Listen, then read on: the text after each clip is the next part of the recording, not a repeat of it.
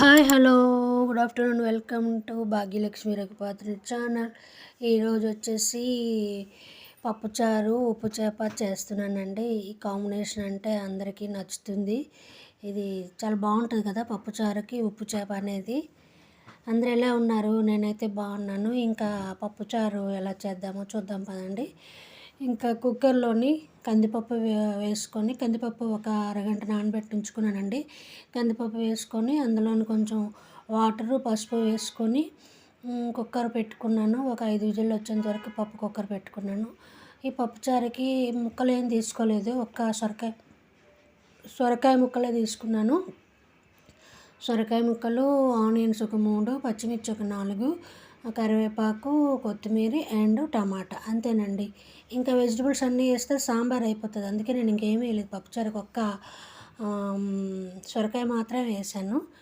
ఇంకా పప్పు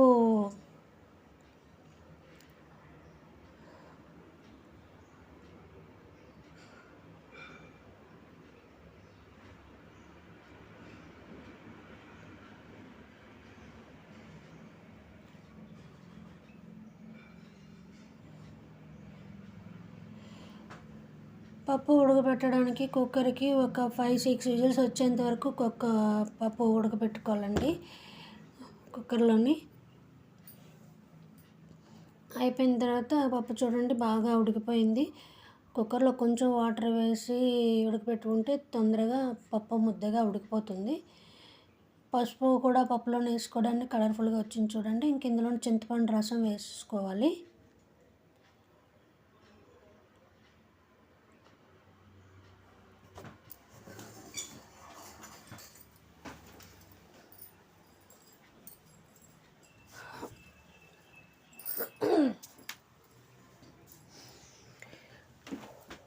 చింతపండు రసం వేసేసి బాగా మిక్స్ చేసుకొని అందులోని 1 by 1 ఈ కూరగాయలు వేసుకోవాలి. కూరగాయలు అంటే అదేనండి, సొరకాయ, ఉల్లిగడ్డలు, పచ్చిమిర్చి, టమాటా, ఇవి 1 by 1 ఈ ప్లేట్లో ఉన్నవన్నీ వేసేసుకోవాలి.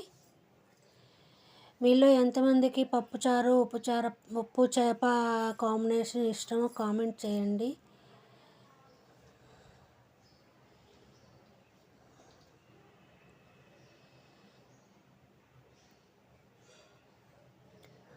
ఉప్పు చేప తింటే మంచిదేనంటండి, తింటూ ఉండాలంట. 15 రోజులకు ఒకసారి, 20 రోజులకు ఒకసారైనా ఒక ఉప్పు చేప అనేది తింటూ ఉండాలంట. ఇంకా సొరకాయ పప్పులోని ఉడికిపోతుందండి. చింతపండు రసం వేసాం కదా, తొందరగానే ఉడికిపోతుంది. అందులో 1 by 1 వేసేసుకోవడమే. ఇంకా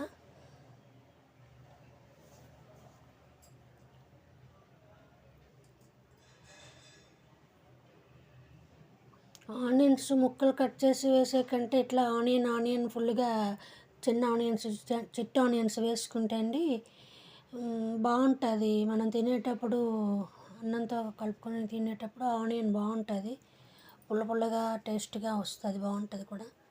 నాకు పచ్చిమిర్చి ఇష్టం కాబట్టి ఒక 4-5 పచ్చిమిర్చి వేసుకున్నాను. మీకు ఎలా నచ్చితే అలా వేసుకోండి. ఏ పౌడర్లు వేయకుండా సింపుల్గా పప్పుచారు చేసుకున్నామండి. ఆంధ్ర స్టైల్ పప్పుచారు ఉప్పు చేప చూడండి. స్కిప్ చేయకుండా చూడండి, వీడియో స్కిప్ చేయకుండా చూస్తే మీకు అర్థమవుతుంది ఎట్లా అనేది. ఇంకా టేస్ట్కి సరిపడ్డ కారం వేసుకోవాలి. ఇక్కడ నేను ఒక 3 స్పూన్స్ కారం వేసుకున్నాను అండ్ సాల్ట్ వేసుకున్నాను.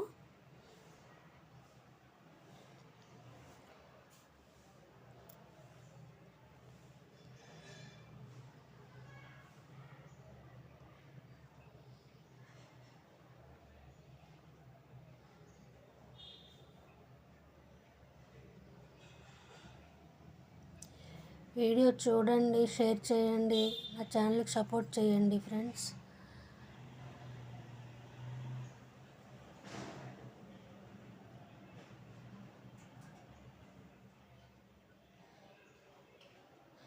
ఇంకా అన్నీ వేసేసుకున్నాం కదండి, మూత పెట్టేసుకుందాం.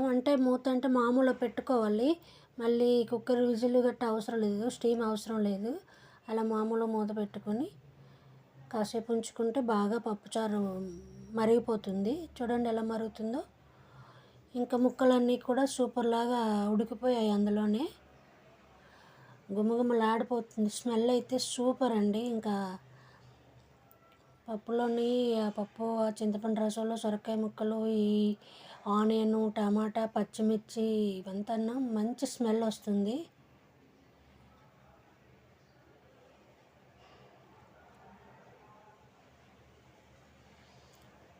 కొంచెం కొత్తిమీర వేసేసుకుందాం.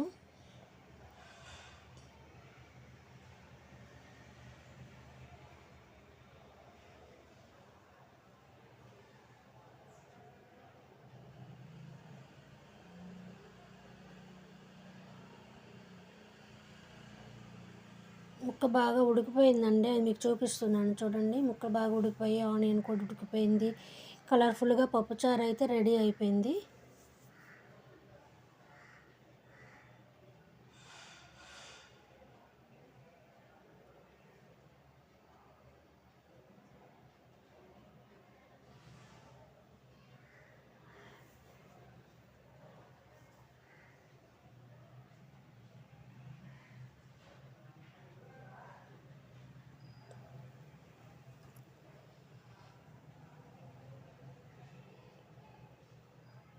మరుగుతుంటేనే స్మెల్ చాలా వస్తుంది. ఎంత బాగుందో అసలు.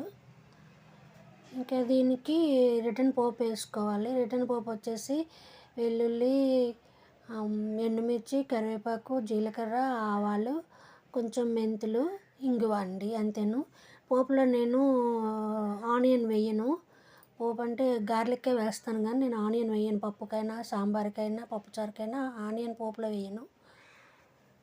ఇంకా కొంచెం కొత్తిమీర వేసేసి రిటర్న్ పోపు వేసుకోవడమేనండి సాంబార్కి. ఇంకా సాంబార్ రెడీ అయిపోయినట్టే. చూడండి ఎంత కలర్ఫుల్గా ఎంత బాగా వచ్చిందో సాంబారు. ట్రై చేయండి మీరు కూడా. పప్పుచారు ఉప్పు చేప కాంబినేషన్ అంటేనా ఇంకా వేరే లెవెల్. ఈరోజు అలా చేయాలనిపించింది. ప్రేక్షకులు మీ అందరికీ చూపించాలని ఈ వీడియో తీశాను. యాజ్ ఇట్ ఈస్గా కిచెన్లో ఎలా వండుతున్నానో ఆ వీడియో అలా తీసేసి మీకు పెట్టా. ఇందులో ఎడిటింగ్ ఏం లేదు, బ్యాక్గ్రౌండ్ మ్యూజిక్లు ఏం పెట్టలేదు. నేను కిచెన్లో ఎలా వండి పెడతానో అలాగే అదే విధంగా అలా తీసేసి ఏమంటారు డైరెక్ట్గా మీకు వీడియో పెట్టి చూపిస్తున్నాను. అంతేనండి. పప్పుచారు అయితే రెడీ అయిపోయింది.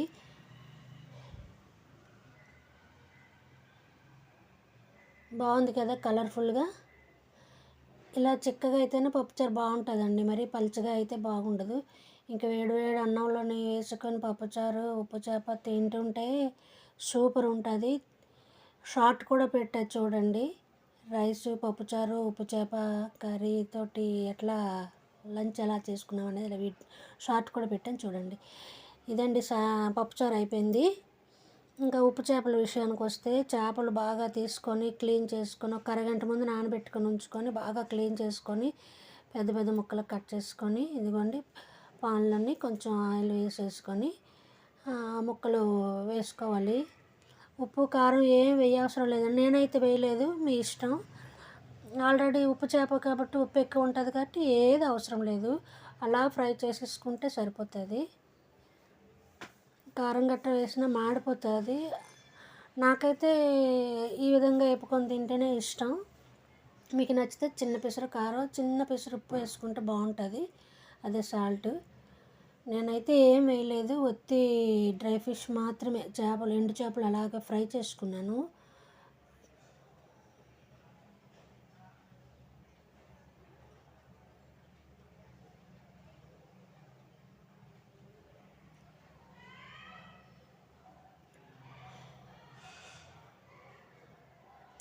ఎండు చేపలు స్మెల్ వస్తుంది ఇంటి నిండా అది ఇది అంటారు కానీ ఏం లేదండి. మంచి చేపల్లో అయితే మాత్రం ఏముండదు. నీట్గా క్లీన్ చేసుకొని చక్కగా ఫ్రై చేసుకుంటే సూపర్ తినొచ్చు. ఆ స్మెల్కే మనకు ఆకలి వేస్తుంది, ముద్ద ఎక్కువ తినాలనిపిస్తుంది. ఎండు చేపలు తినడం వల్ల ఒంటికి మంచిదని కూడా అంటారు. వీటిలో కూడా ప్రోటీన్స్ అవి ఉంటాయంట.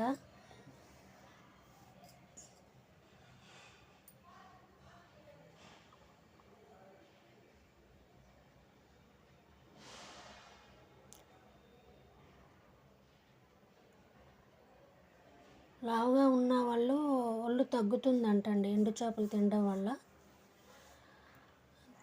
వలన కొంచెం ఒళ్ళు తగ్గుతుందని చెప్పేసి అంటారు. ఇంతేనండి,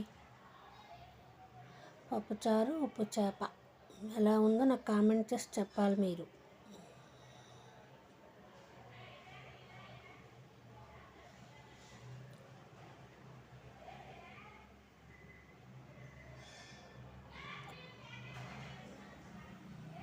నీట్గా క్లీన్ చేసుకోవడంలోనే టైం పడుతుందండి. ఇందులో ఏముండదు, సాల్ట్ ఏం వేయవసరం లేదు. అలాగ చేపలు నీట్గా క్లీన్ చేసుకొని కొంచెం ఆయిల్ వేసుకొని నాన్ స్టిక్ దీని మీద కొంచెం ఫ్రై చేసుకుంటే అయిపోతుంది. పూర్వం పెద్దోళ్ళు ఈ బొగ్గులు పొయ్యి వాటి మీద ఈ చేప నీట్గా క్లీన్ చేసేసి కాల్చుకొని తినేవారు పప్పుచారుతో. అప్పుడు పెద్దవాళ్ళు కాబట్టి అట్లా, కానీ ఇప్పుడు మనం తినలేం కదా అలాగా. ఇలాగ నీట్గా వేపుకొని పప్పుచారుతో పెట్టుకొని తింటే వెరీ యమ్మీ. ఈ వీడియో కనుక మీకు నచ్చితే లైక్ చేయండి, షేర్ చేయండి, సబ్స్క్రైబ్ చేయండి. చూసిన వాళ్ళందరికీ థ్యాంక్ యూ ఫర్ వాచింగ్. నా వ్యూవర్స్కి, సబ్స్క్రైబర్స్ అందరికీ థ్యాంక్ యూ ఫర్ వాచింగ్. పప్పుచారు ఉప్పు చేప ఎలా ఉందో నాకు కామెంట్ చేసి పెట్టండి. Thank you so much.